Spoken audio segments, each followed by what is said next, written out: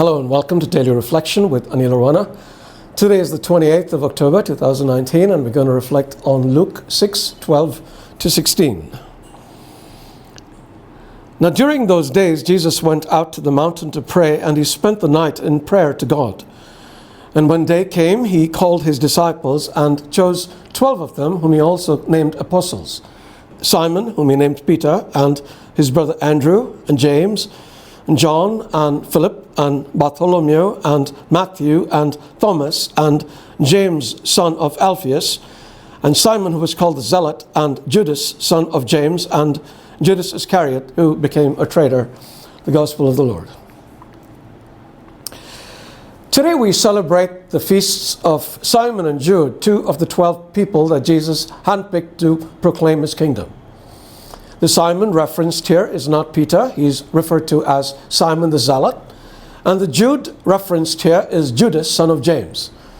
Jude and Judas are both translations of the same name in Greek. And the preferred name became Jude to distinguish him from Judas Iscariot, the traitor.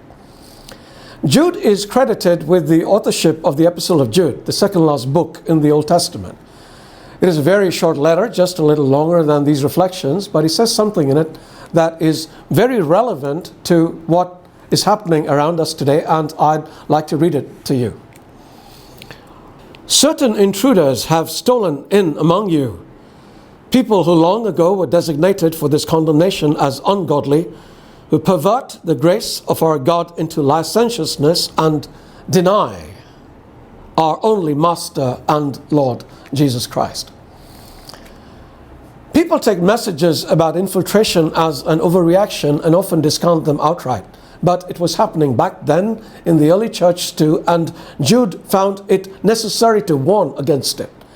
And the elders in the early church took this warning serious enough to include it in the Bible. As I already said, Jude's letter is one of the shortest in the Bible and consists only of warnings against false teachers. Much of Jesus' ministry consisted of confronting false teachers of his time and warning his own flock to beware of them. Beware of false prophet, he said. They come to you in sheep's clothing, but inwardly are ferocious wolves.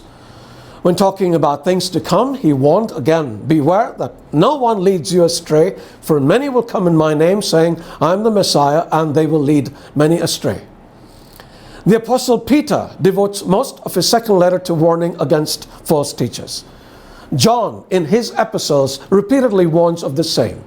Paul also warned of the same thing. I know that after I've gone, he wrote to the Ephesians, savage wolves will come among you, not sparing the flock. Some even from your own group will come distorting the truth in order to entice the disciples to follow them.